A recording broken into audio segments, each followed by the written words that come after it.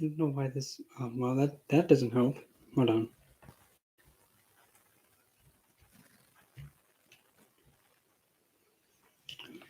That could have that could have been a little bit more climatic, but it wasn't.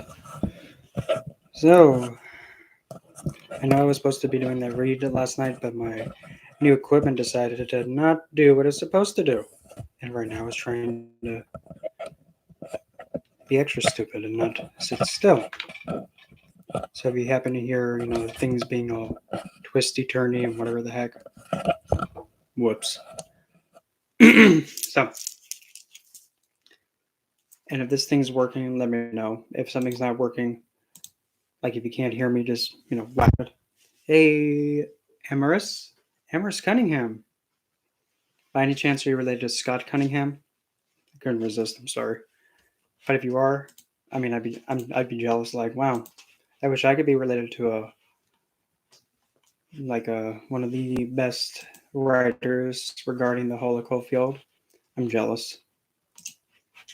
But anyway, so really, the way that I do my readings, at least on my channel, I give everybody just one freebie. Dang it! Oh well, would have been nice though. Hey, Alvia, every everybody gets one freebie reading, but as long as it makes sense, it is not like, okay, tell me about this, and then tell me how to get it, then when I'm gonna get it, and what not to do to ensure that I don't lose it. Yeah, all that. So yeah, everybody gets one freebie, but after that, I kindly ask if you want me to keep throwing cardstock at you in the productive way. I'd ask to just put like at least something in the super chat because I don't twerk for free. That sounds bad. Yes. Let's see which message from spirit, and I'm going to be using the heaven or hell tarot. I call it that because it sounds better than heaven and earth. It's like heaven or hell. If you happen to play Guilty, I think it's Guilty Gear. Hey, Jabrail. Did you happen to follow me on Instagram? Because if I think you did, didn't you? Or if I'm just going crazy and you have no idea what I'm talking about, typical Aquarius shenanigans. So don't mind that. Get my mouse out of my life. Well, not really, because that'd be a bad idea. So a total of. Okay, good. Okay, I'm not going crazy. I I can probably guess that. I might be crazy. Hello, Moon Enchantress. So, Amorous, what is this message from Spirit for a total of 3 cards to get pulled? Easy cupcake. Okay, we got 1.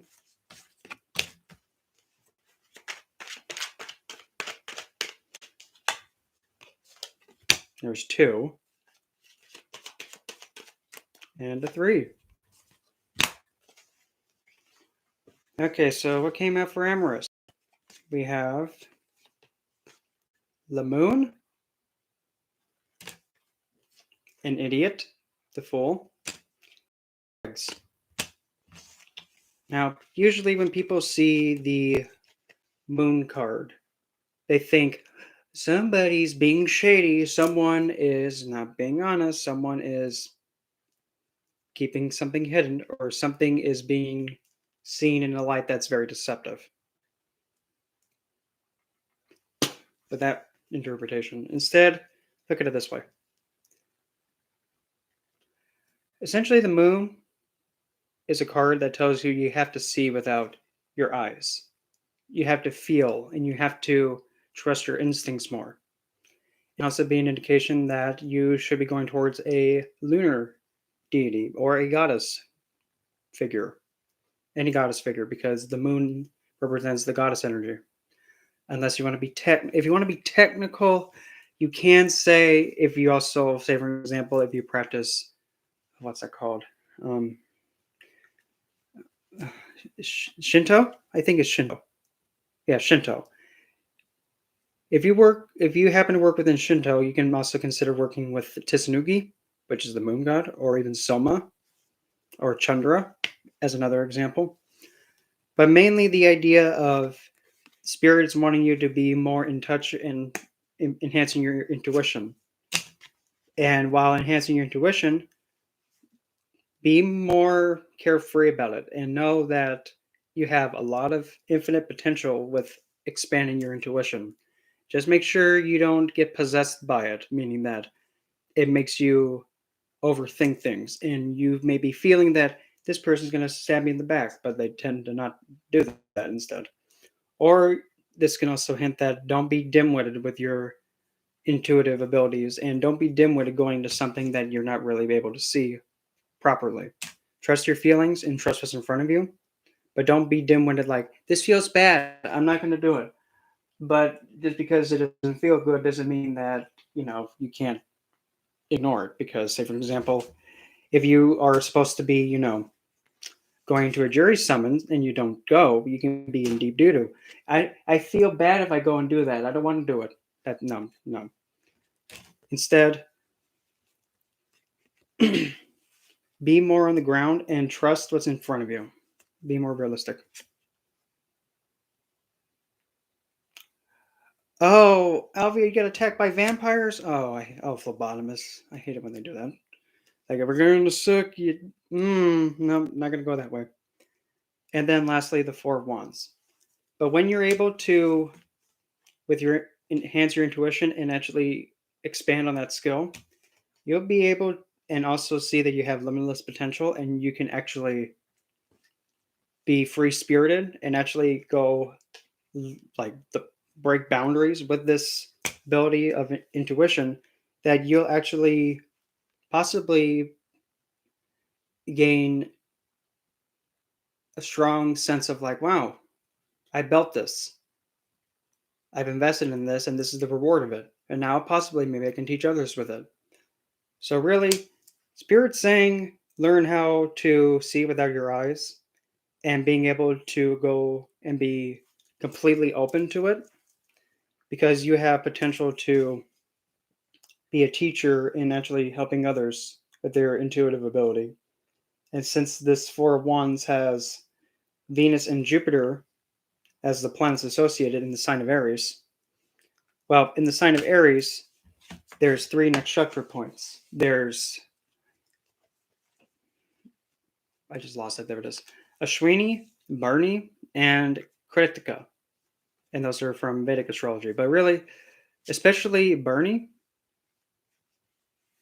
with Bharani, you can actually see somebody being able to be like a motivation coach. Ashwini is actually one that's also being like a medical doctor and one that actually is a healer, but can be a little bit Hong Kong Phooey too fast, like going 3,000 miles per hour fast. Like easy cupcake, you're going to lose your mane, that kind of fast. And then Kritika. Well, Kritika is more like the purification fire, but is also symbolized by a machete cutting grass down. So you can actually see culinary artists in that placement too. But really, this whole thing is telling you to actually take your intuitive ability, enhance it, go to the depths with as far as you can with it, and then be ready to teach others on how to do it too. Ah, great. Thanks, Jabrail. So let's see. And that's what I get, Immerse. And actually, so since Jabrail put in the super chat, I have to kind of prioritize him first. So I'm sorry, but Moon Enchantress will be next. That's just naturally how it is. Okay, so Jabrail's question: strongest gift. Let's see if maybe now that since Jabrail has thrown money at me in a non suggestive way, but I mean I'm not going to go anymore with that. We're kind of ladies here-ish. So let's see here. Strongest gift. See, there's one deck in particular I want to use. Where did it go? Aha, found it. I'm going to use this one. The Dark Grimoire. Okay. A total of 6. Okay. Now 7. Fine.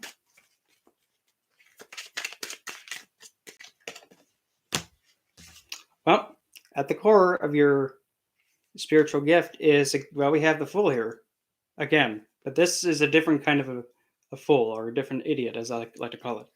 This one is actually depicting a guy in a straitjacket, and he's surrounded by these creatures being like, "Hey, look at us! Check us out! Hey, hey, hey, hey! I know you can hear us." So at the core of it all, you're able to still have yourself be completely in control, and you're not easily distracted and swayed by just other spiritual distraction points. And you're able to keep yourself in an illuminated, enlightened state because there's the light above his head. You're able to maintain it, and you're not easily swayed away from it at the core.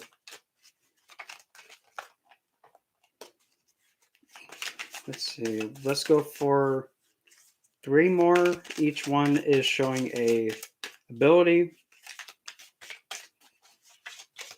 Number 1.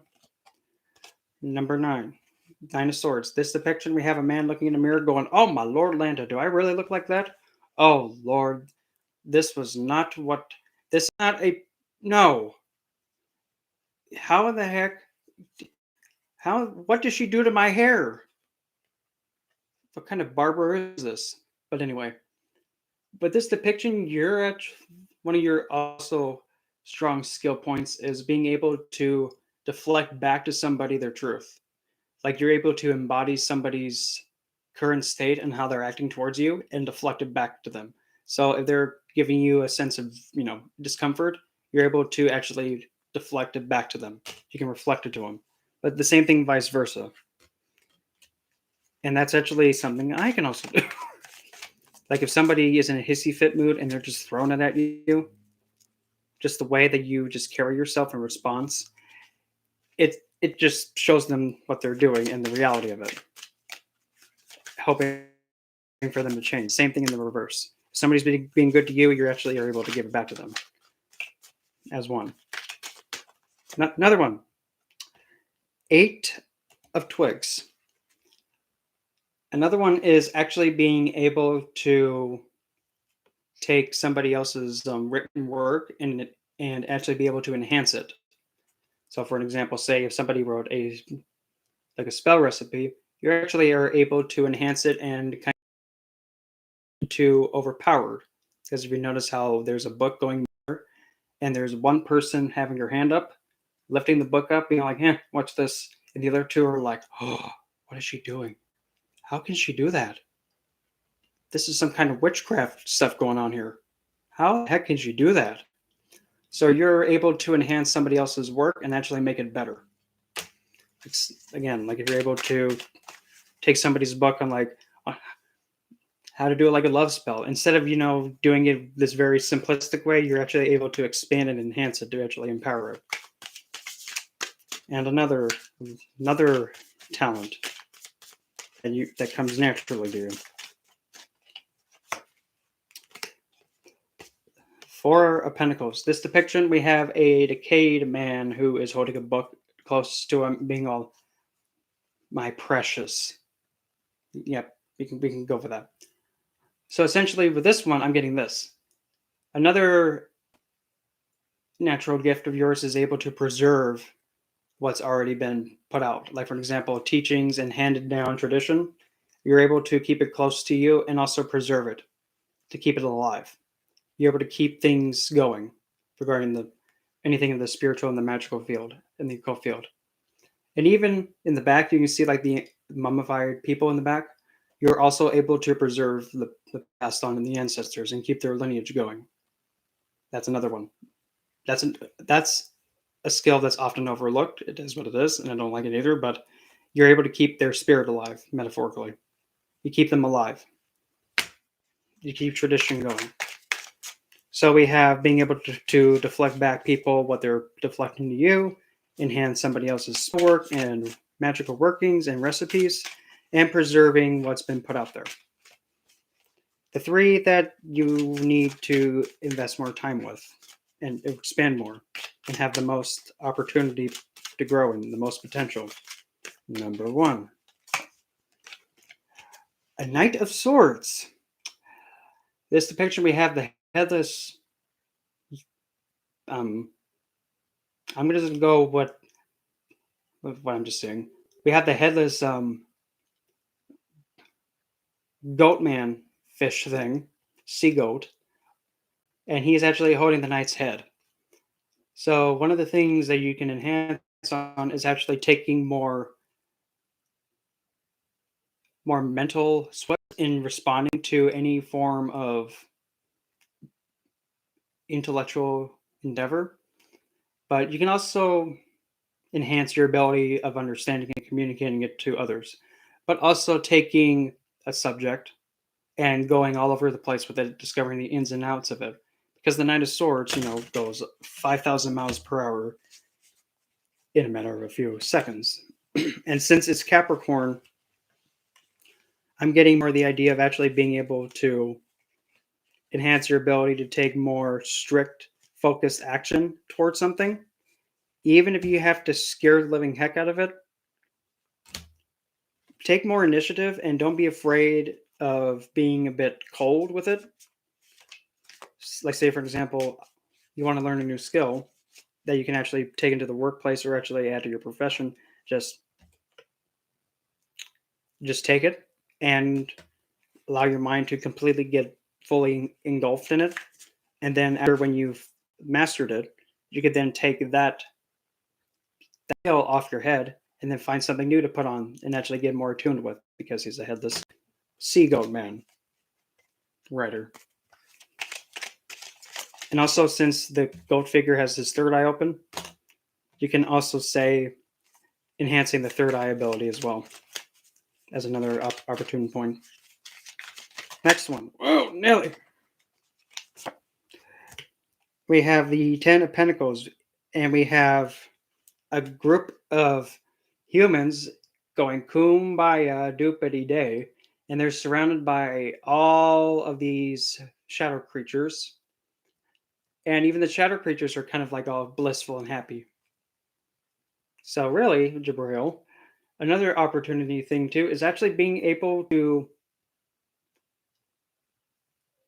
keep closure with those that you're learning from and have the most closeness with, but also not to be afraid of allowing others outside of your circle to also take into the enjoyment too. So, like other spiritual practices, be open to allowing them to come in and learn from you too.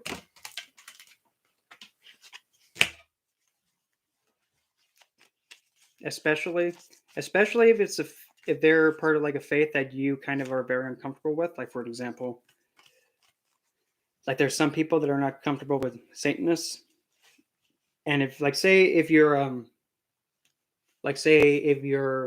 I don't even know if this is a real thing. Like, say if you work with the Cantonized Saints, and then you have a Satanist wanting to come and interact with you and actually learn a little bit from you, actually being open to them and taking them in and teaching them and seeing them as as a person and not as a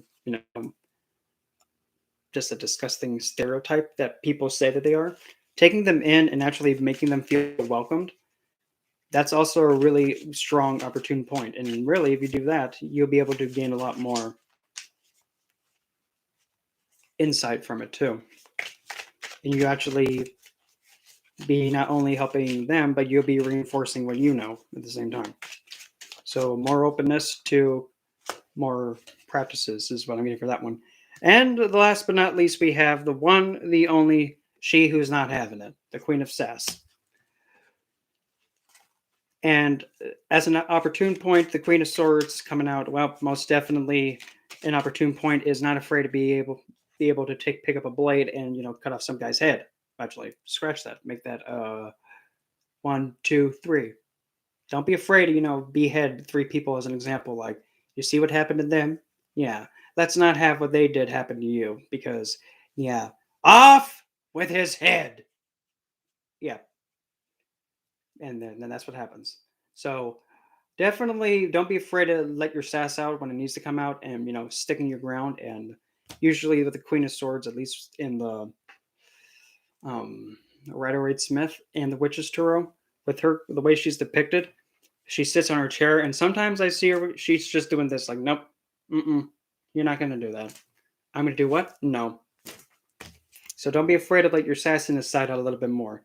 But also, since the Queen of Swords is water and air mixed together, which also makes the element ice, this can also show that don't be afraid to commit and devote to something that you feel really in tune with. And that's another opportune point. Being able to commit and devote to something, even if it's so uncomfortable, don't be afraid. Because when you're able to devote and commit to something, that's when you get most of the gains that it can provide to you in Windfall. At least that's what I get, Jabril. Pretty good, though. Especially the preservation and enhancing other people's magical workings. And now, since that got taken care of, I'm going to go all the way back up to where, okay, after Emerus is now Moon. Moon Enchantress. Is she going through something of a sickness? I like how I'm grabbing different decks every time. So, so Moon is getting the definitely not shown jumps Tarot. I say that because it's manga. Going through a spiritual sickness.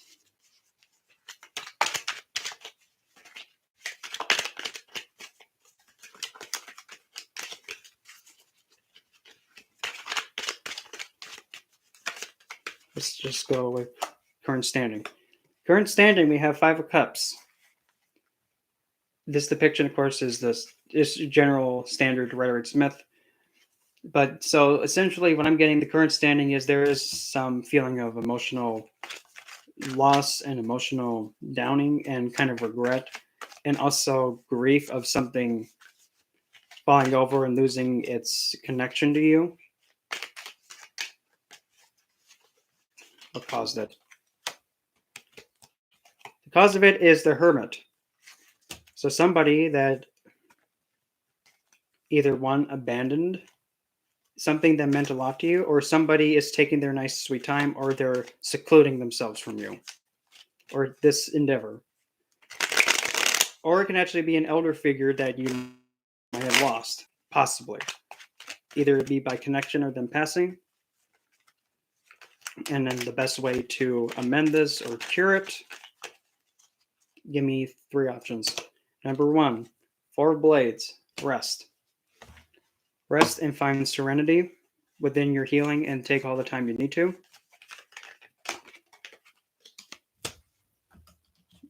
Option 2, as I slap myself in the face, temperance. Use the alchemical process to transform this downing energy into a different source. And I'm going to point this out. Notice how she has 2 cups. There's 2 cups behind her. I'm just saying. So I would have to say so far, really just get your rest and then take the 2 emotional support systems you have, or what brings you nourishment, and combine them to make something new. Like the Fool.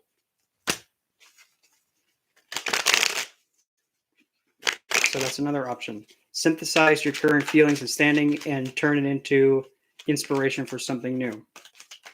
For the third option, 5 of Swords. Now with the 5 of Swords, I'm getting the idea of just simply just embracing it, going through it, and just enduring it, even though I don't suggest that. I suggest going about it in the temperance route. Take this current state that you're in, just be like, I don't like this. I'm going to change it up into an idiot, the Fool. So take your current standing and find the good in it, but also the bad in it, and synthesize it together to find inspiration from it. That would be the best cure. And pretty much toughening, making yourself go through it, that can make you turn cold. And the 4 swords may take time, but I can't decide what you can do. But the best one, I would have to say, is the temperance. Synthesizing the 5 of cups and the hermit into the Fool. At least that's what I get. Okay, next. Scoochie. Okay. Michael. Michael's spiritual message. I don't know why I've just been hitting the head to just use that one, but I'm going to go with it. Fine. Make up your mind. Michael gets the oh, that's nasty, Tarot. Okay, message from divinity. What does divinity have to say for Michael? Well, because since this deck is kind of suggestive, well, you're in luck if that happens to be one of the things you're inquiring about. No. Divinity has to say, give me 3. 1, Ace of Solo Cups. Okay.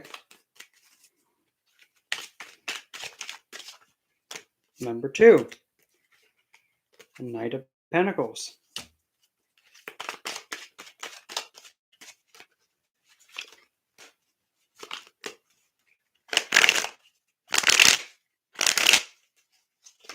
And a Queen of Pentacles as well. So,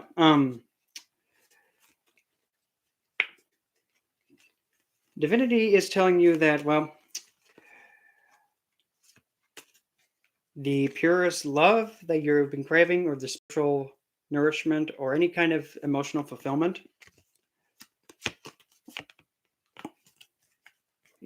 keep working at it slow and steady. But don't be afraid to also have like your heart center exposed, because, well, this depiction, she's kind of exposing the balloons. I'm just gonna put it that way because I'm trying to avoid, being demonetized or like, oh, he said that part of the body. Oh my god, that's not advertiser friendly. Oh please. But don't be afraid to expose your heart more, but also being able to be more committed and devoted with it. Because the result at the end of it all, if you're being able to stick through it, is you actually get to the Queen of Pentacles afterwards, which is water and earth. Even though right now I might feel like a little bit conflicting with the air and earth knight coming out, at the end of it all, you'll be rewarded with a Queen of Pentacles, which is water and earth, the perfect nourishment combination. So stay devoted to your spiritual practice, or if you're also trying to get a more affectionate response out of somebody else, stay devoted to how you feel about it and stay committed to it, and then you'll be getting the Queen of the same committed, devoted energy. Okay, yep. Okay, next. Fiona, let's see. What question did Fiona have? Okay, Fiona. Well, which one then? Okay, back to the Heaven or Hell Tarot we go.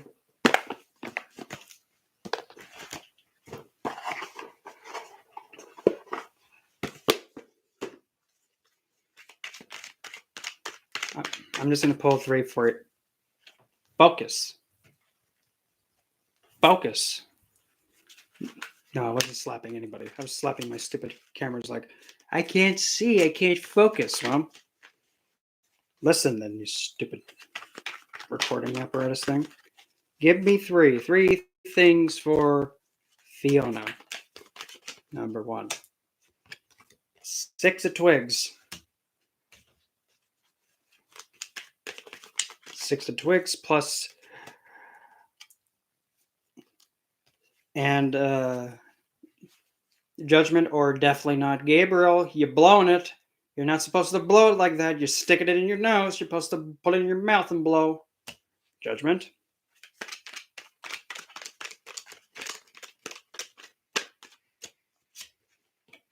And She Who's Most High, or Our Lady Mary, for the High Priestess. So, Fiona. Essentially, I'm getting you were tested. Something came up and really made sure you learned the lesson and everything regarding it. Something was testing you. And you emerged victorious. And your reward is that now you're able to be more in tune with your intuitive side and actually being able to have a lot more mental peace with it. Though with this High Priestess, since it is Our Lady Mary, I say Our Lady because that's her title. That's out of due respect. you're actually are able to interact with people and being more of this pure figure that people can turn to and be able to give themselves to. So people are a lot more trusting of you,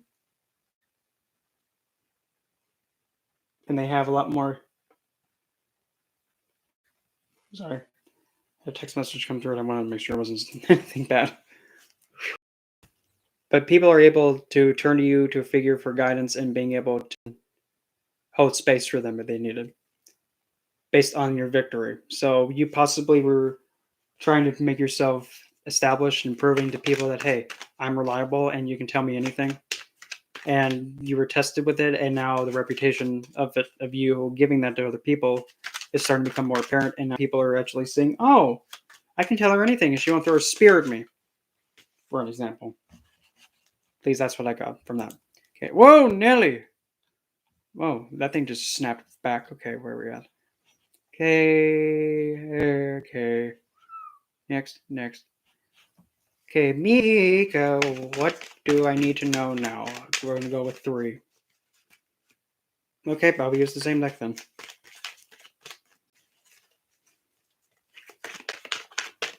Give me 3 then. Here comes Hanky. That's a good Hanky. Oh, that sounds so vulgar. Here's Panky. Oh, Panky's a bit hung. Oh, that's nasty. That's just nasty. My gosh, again? I swear, it's like that dog, all that it does is a neighbor's dog. All it does is just barks at everything that exists. You breathe. Literally, that's how it sounds like when it barks. You pretty much just walk down the street.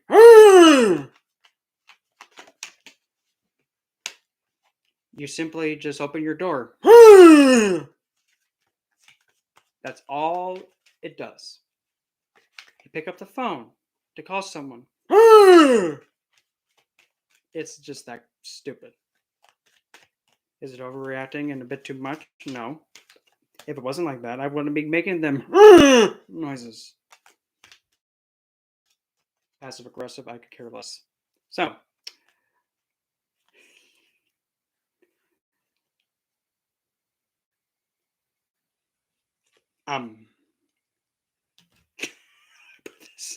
it's not bad. It's just one card in there is just awkward.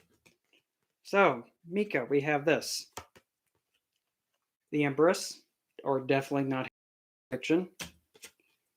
He who's hung most, and then the Ten of Pentacles. So, what you need to know now? Well, for number 1, you're definitely in the Queen energy right now, and you're kind of waiting and expecting somebody to give you what's due. But the good news is that they're stuck between a rock and a hard place, and they're kind of put in a position that they have to give you what they need to give you, otherwise they're going to be stuck being hung there and being forever hung most. But in the end, you actually do end up with the Ten of Pentacles, the wealth. So you actually might get interest on this thing that you've been waiting for. And since we have Mercury and Pluto, it looks like, in Virgo, well, Mercury gets exalted, and that's his retrograde sign, the most comfortable placement. Essentially, you will be a lot more strict when it comes to your wealth after this incident, and you'll be transforming your way of handling money and handling perfectionism. So essentially, your standards are going to go a little bit through the roof, and since also Empress is Libra and Taurus, you're mainly going to be more along the lines of prioritizing your wealth and your comfort first, and then also making sure you can maintain relationships and not letting this take a swing at your standing. But since we also have Neptune and Pisces with the he who's hung most there, you're a lot more careful with being woozy wooed by someone being all, "Oh, I'll do this for you if you do this for me, promise." You're not really that easily swayed by that anymore. At least that's what I see. So keep flaunting that queen. I almost said queenness. That's not even a word. Keep flaunting that royal title because you are definitely entitled to get what's owed to you. And the Alvia's next. So I'm actually gonna pull something out of the woodwork. I'm gonna grab the astrology cards I have, and you're gonna be the first one to actually, witness me trying to not critically fail using them. But before that, I'm gonna grab a drink because my mouth is dry. I gotta grease me mouth with something to drink, not grease it with no. That's for later. Yeah,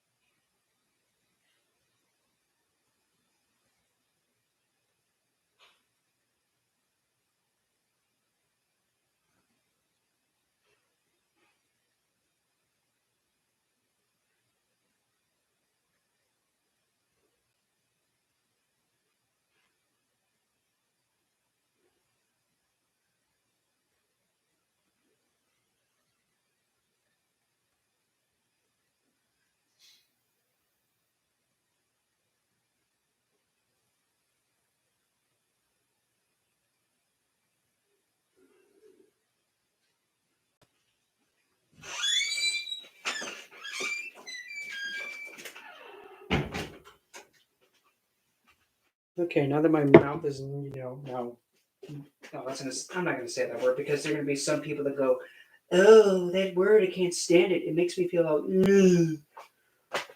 Yeah, it begins with the letter M as far as I'm going. Okay. Alrighty. I'm gonna try and not, hurt myself. Okay. So, I've had the urge to change the life massively. Where and how should I proceed? Okay, so this is how I'm gonna go about it with this deck.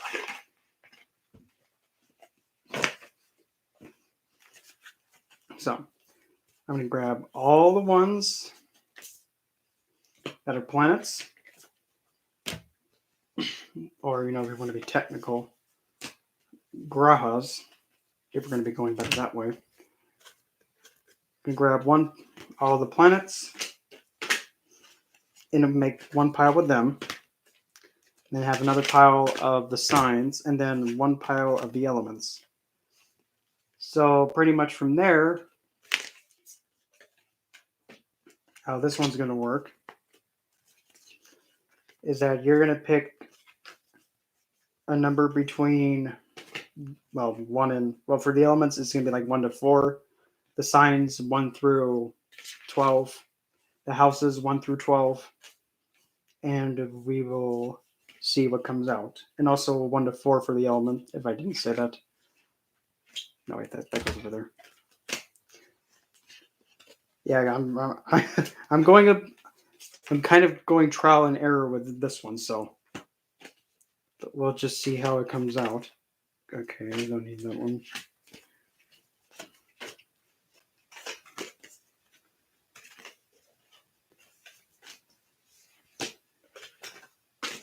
I'd say call me Iggy Azalea, but that wouldn't make sense because this is a kind of a fancy way of going about it. And speaking of that, it's one weird thing I just cannot unsee. For some reason, Iggy Azalea looks almost pretty close to identical to my sophomore and no, not sophomore, junior and senior year English teacher. I don't know. I just can't unsee it. Okay, if you're able to see, like, oh yeah, it does look like her. Yeah, you'd say the same thing too. But nonetheless, where did that even come from? I don't really. Okay, come on, let's let go. Unhand it. Okay, that's that. Oh, there's the little shithead. Yes, I call Pluto a little shithead, okay? Because he is a little shithead. He's like, oh, can I come into this house? Oh, hi, Saturn. Hey, I bet you I can be a grumpy, grouchy old man that likes to beat on people just like you. I bet you I can do it just like you. No, you can't, you brat! Yes, I can. Watch this. Hey, oh man. Oh, you little bastard. Yeah, I'm just get every planet that's with the poor little shithead pissed off. And then you have everybody beating the living heck out of everyone. Go figure. Okay, that's 6th house. Uranus.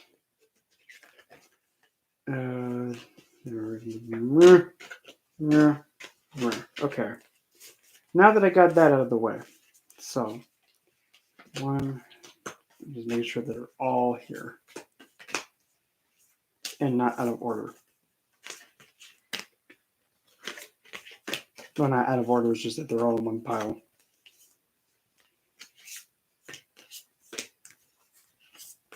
Okay, so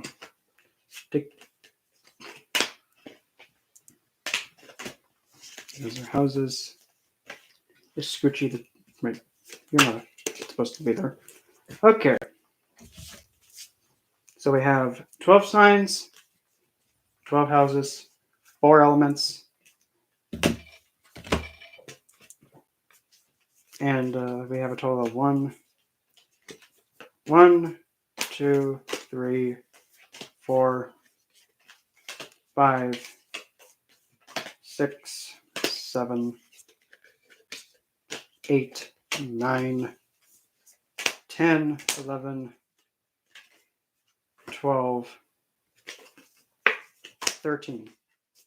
So we have 4 elements, 13 grahas, or planets, 12 signs, and 12 houses. So we'll just go one by one. So, Alvio, pick a number between 1 and 4.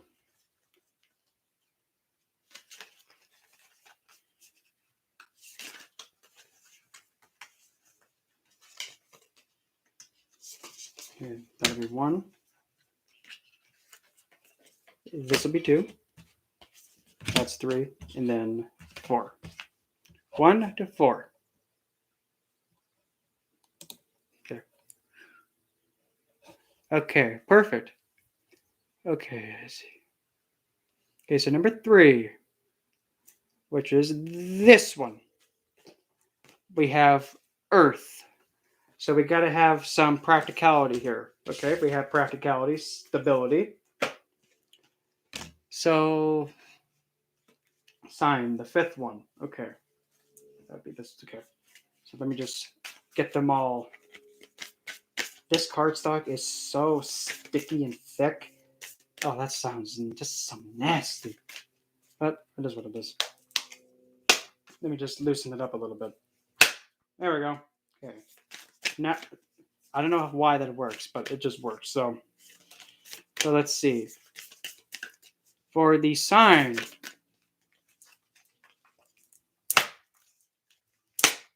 yep, just works every time now that you actually move. The sign that you pretty much have to, and what it represents, you have to embody it.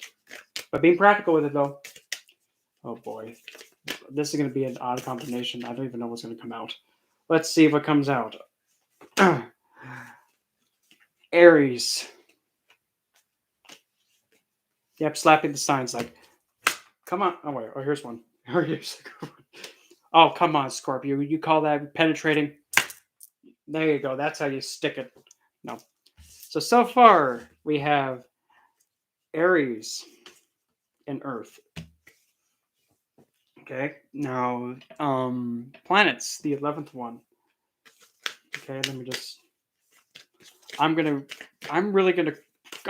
pray. Please don't have it be Saturn, because poor Saturn's gonna cry with Aries. I don't want to see Saturn get mad and upset, especially in Aries, because he's gonna fall and break his hip. I don't want him to have that happen. Please don't have that happen. Okay. So the 11th one. Okay, so that would be, if you'd be so kind to unstick yourself. Okay. 1, 2, 3, 4, 5, 6, 7, 8, 9, 10. Here it comes.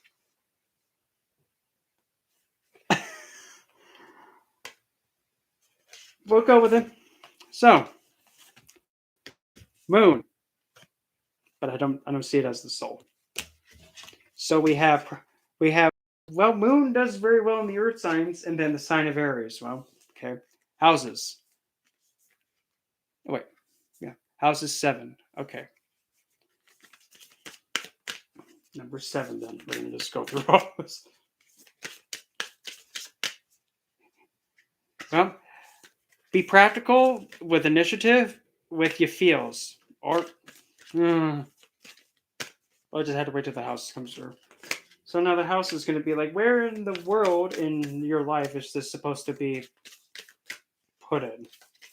I'll just leave it at that. So number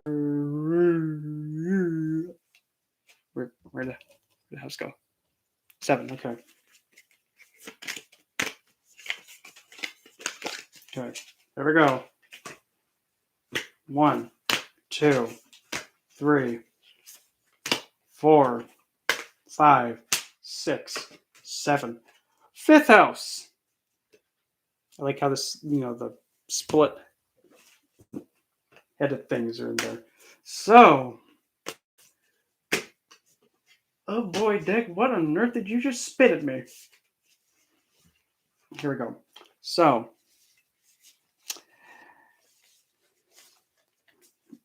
all together to where did the question go?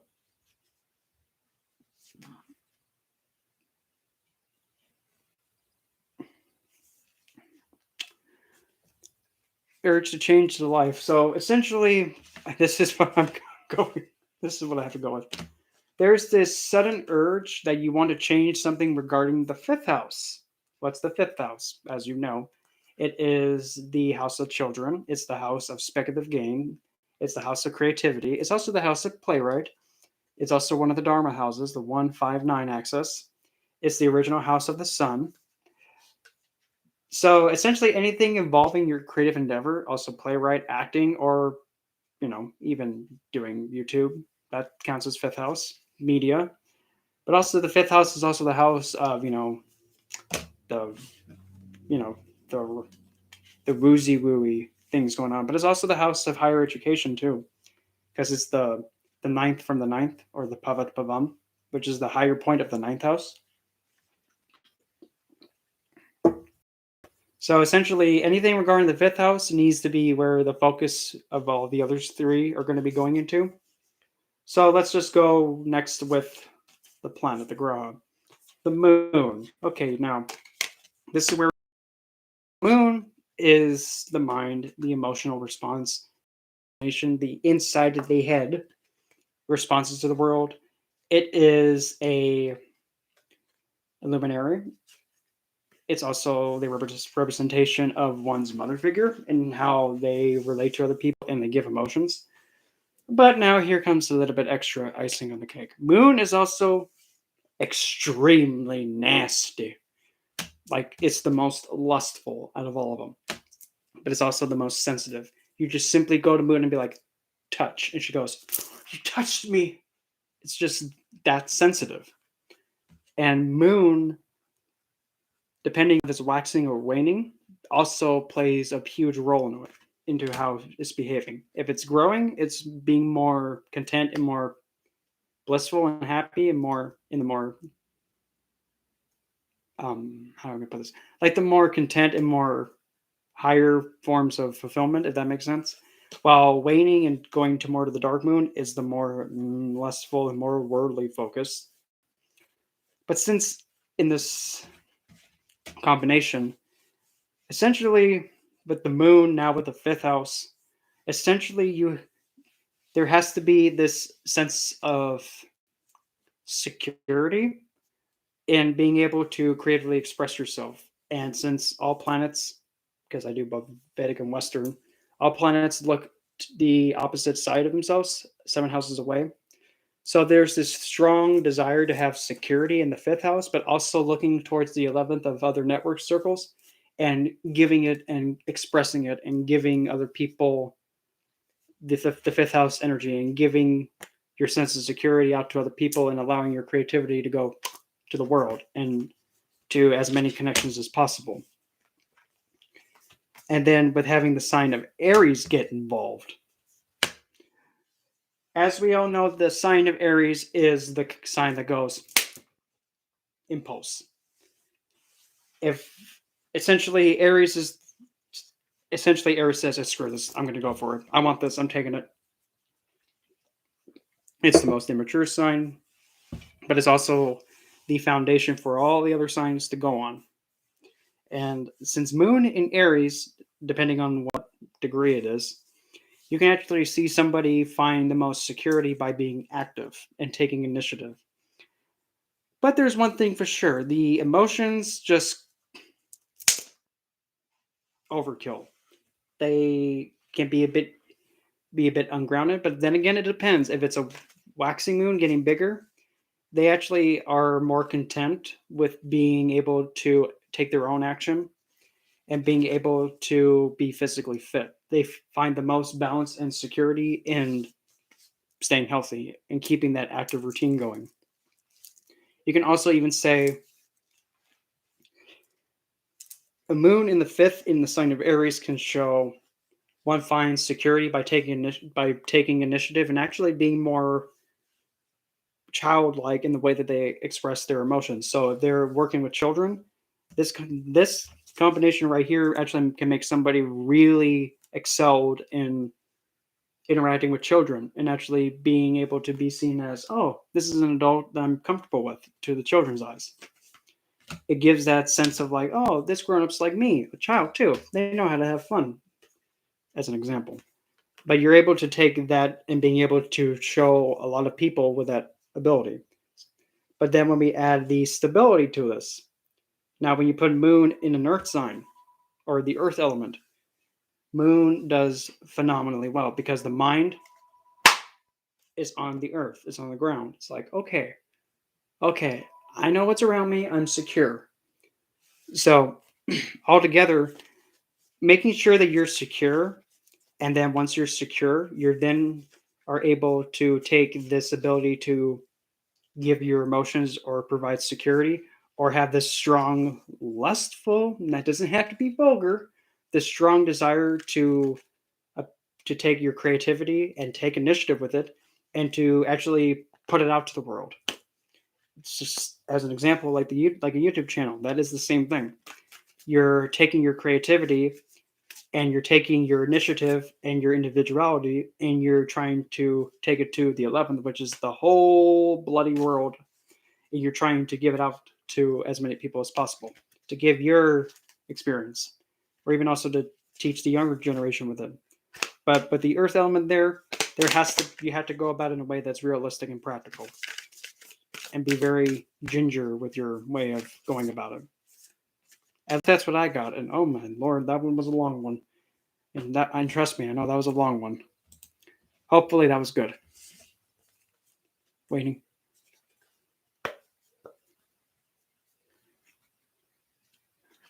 Oh. So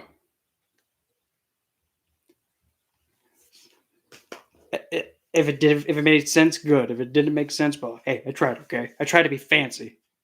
Okay, and I'm sorry for everybody who just was waiting patiently for me to get to them next. But okay, make sure that whenever you guys ask a question, make sure you put what you want me to look into because I just can't, you know, I can't respond to like all of them. If you just put a request saying, "Can I have a reading?" Well, you can. Of course, you can. Everybody gets one free one. It's just tell me the question.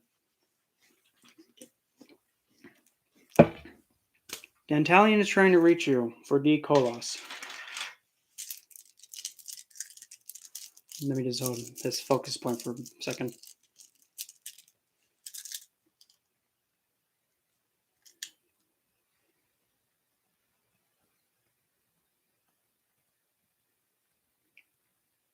Oh, you think I want to talk to you? You ignore me. Dude,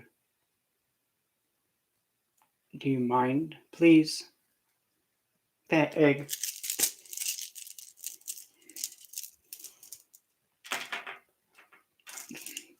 Then speak then.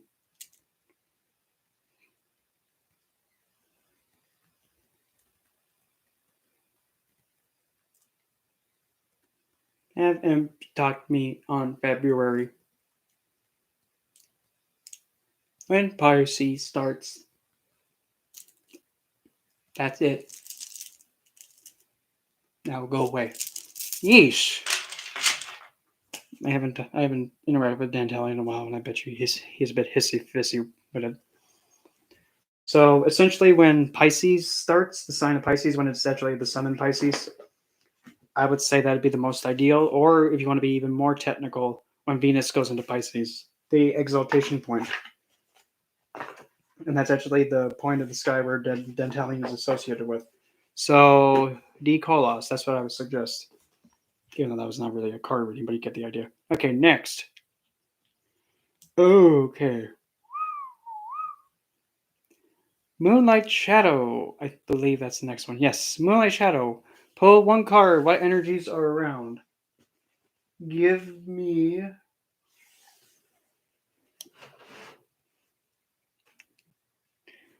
I'm gonna bring out one. I'm gonna bring out a veteran. I'm gonna bring out my first deck. This is my first deck ever. Excuse me, I've had it since 2016. 2016. Living proof that dinosaurs once roamed the earth.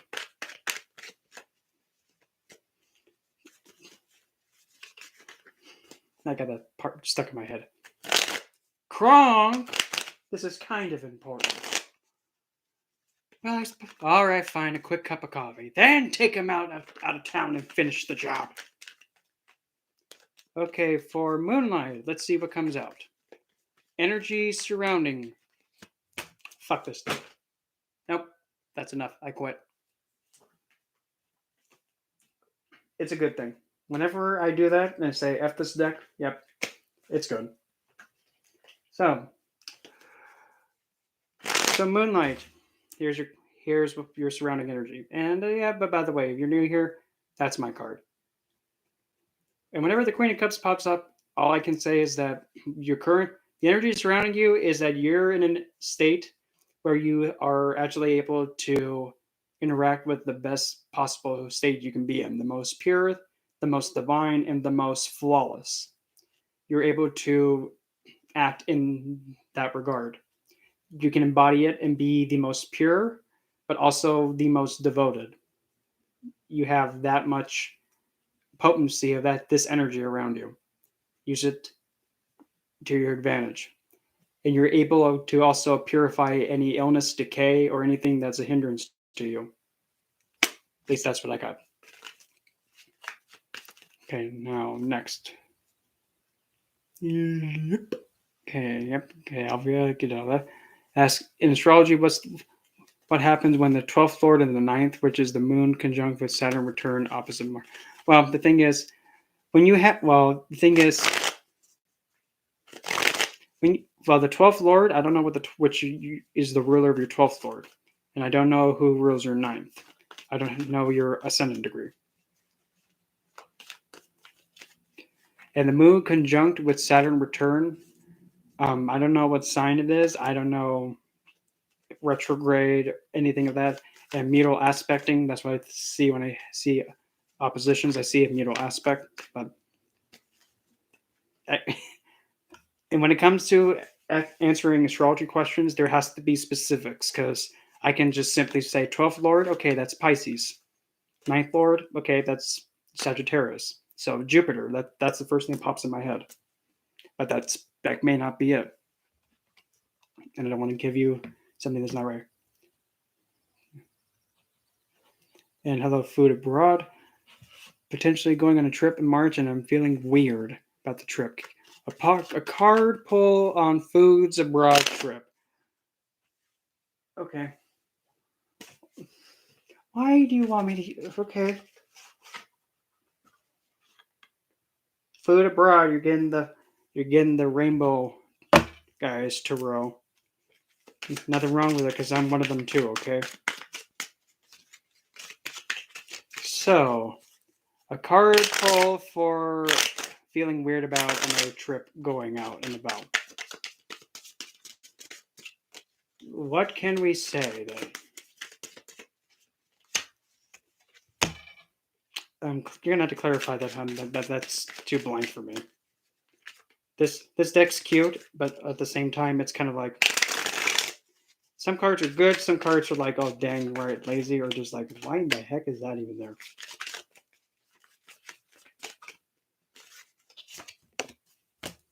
Oh, that's just vulgar. So, food abroad. We have the Ten of Twigs, which in this depiction is a blonde young guy with his pooch walking down a road all by themselves. And the Twinkle, Twinkle, Little Star, oh my lord, look at that. It's a hunk in the sky. I really hope he is not gonna fly higher. I mean, I'm not complaining, but if he does, well, it better be packing down there. Don't look at me. Don't look at me like that. So, regarding your trip in March, make sure you have a loyal companion with you or somebody you trust alongside you when you go. And don't be afraid to take walks with them, but just let your wishes be and just let higher forces inspire you to go towards something that's a wish come true. But make sure the wish is packing when you receive it. That's all I'm going to go with. Just make sure that you bring somebody you trust with you, or even somebody that you have a strong connection with, and then let divinity do its thing. Fine, one more. Just make sure you don't get overburdened by this. Because, there's Atlas holding the big ball on his back. This deck is so cute, but so nasty. And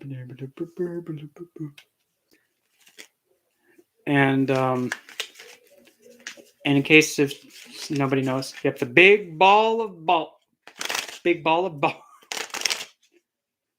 And hello, hey, Killer Brunette. It's been how long since I've seen you last? Okay.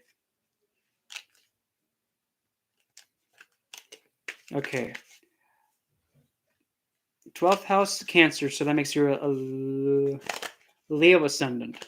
Okay. The moon is in Aries in the 9th. Okay. Conjunct with Saturn.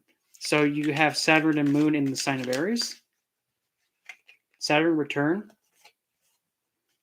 Well, because the thing is, if you have Saturn and Moon conjunct in the sign of Aries in the 9th house, well, the first off, Saturn is pissed off because he's in the sign of Aries. And having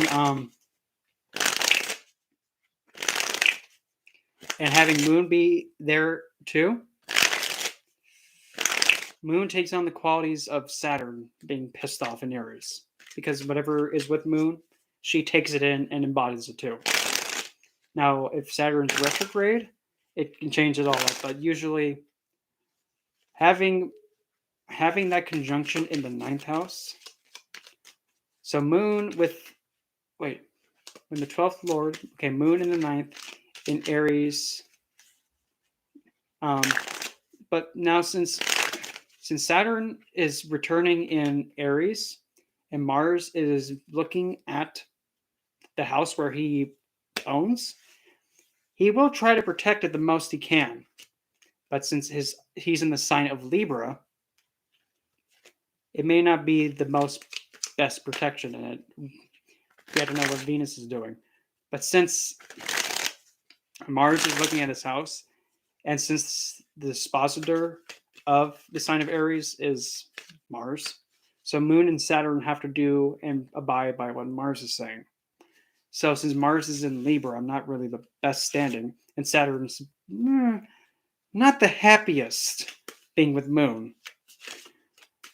you can definitely see that if your mind's not really that in the best spot right now, especially when it comes to your higher education philosophy and your religious practice, and if you're not really being that self-controlled or being considerate towards teachers, gurus, or figures of other cultures from like a long distance, or giving proper dignity and respect, the Saturn return is going to come and it's going to really knock you one.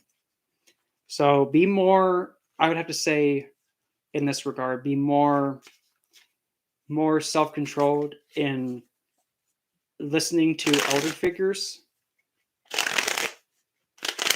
and guru figures, even if they make no sense, even if you don't understand it.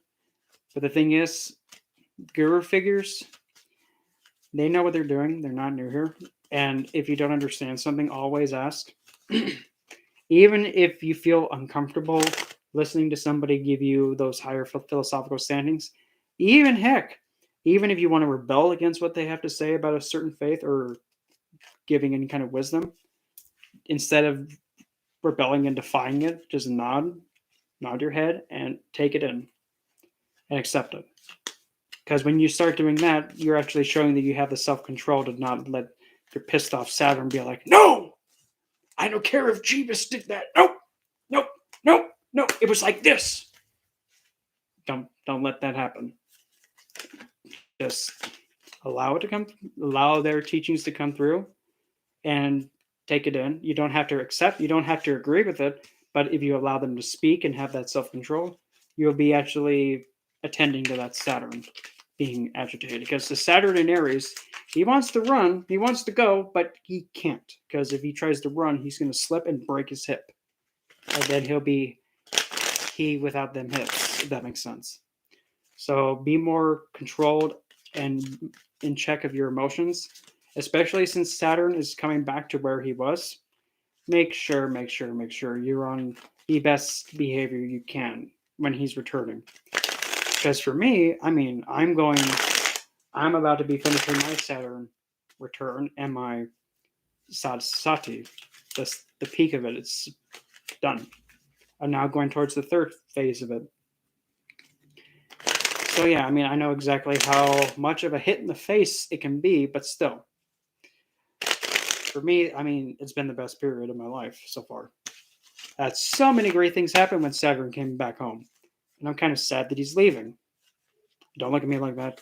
And don't you dare say, oh, you're like a masochist, huh? You like the old guy beating you, huh? No. No, I don't. It's just that when you understand him, you'll come to realize, don't go away, hipster. No, stay here. Stay here. Because when you put out a lot of effort, you'll get rewarded for your effort. And that's a promise. Believe me.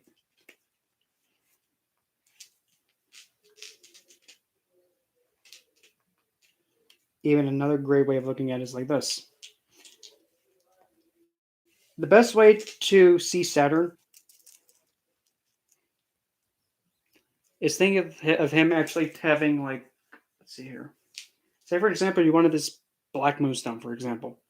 This is something you've been wanting for all your life. And now you have Saturn holding it, being like, oh, you want this, huh? Prove it. Here it is. Take it. Ha! You're slow. Take it. Come on. It's right in front of your head. Take it. Take it. Nope. You gotta be quicker than that. Yeah, you know what? Here. Fell on your face. Sometimes he does that. He's not doing it to troll and mess with you. He's doing it to actually really test you to see, do you really want this? Because if you really want this, it doesn't matter how many times he takes it away or blocks you from it. If you keep going at it, sooner or later, and even the last time you make a try when you want to give up, but you still give it one last shot, that last attempt could be the one where he goes, oh, you want it again? For the 9,000th time? Yeah, screw it. Here, take it. Sometimes that's how he works. He wants to know that this desire of yours, you want it so bad that you're sticking to it. And as soon as you feel like giving up, that's when he decides to give you a boost to actually get it faster. and to actually keep it. Whatever you put out, Saturn gives it back. If you put out laziness, he comes back with essentially you not having anything for a foundation. If you work blood, sweat, and tears for a desire, he'll pay it back to you and plus windfall of the results. Saturn actually gives the most wealth of all the planets, believe it or not. He can give you the most wealth, but he can also smack you the hardest for being the dumbest. Whatever you put out, he gives you back. You put out effort and you really try, he'll give you reward of your effort. You sit there and do this all day, he's going to just hit you with a blunt stick and say, "Get off your tush! God! At this rate, you're going to decay."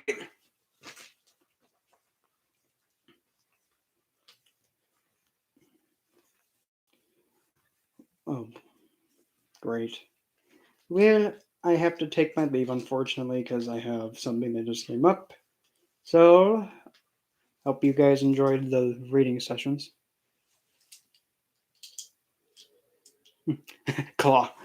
The claw. Get over here. Yeah. So, if I can be back later, I will. And let me know if the setup was okay, like in the post comments or whatever, in the live chat feed, so that way I know, hey, it worked, or like the mic sucks, or the camera sucks, or I suck. Well, that's kind of a given. But anyway, so I'll see you guys later on, and see you then.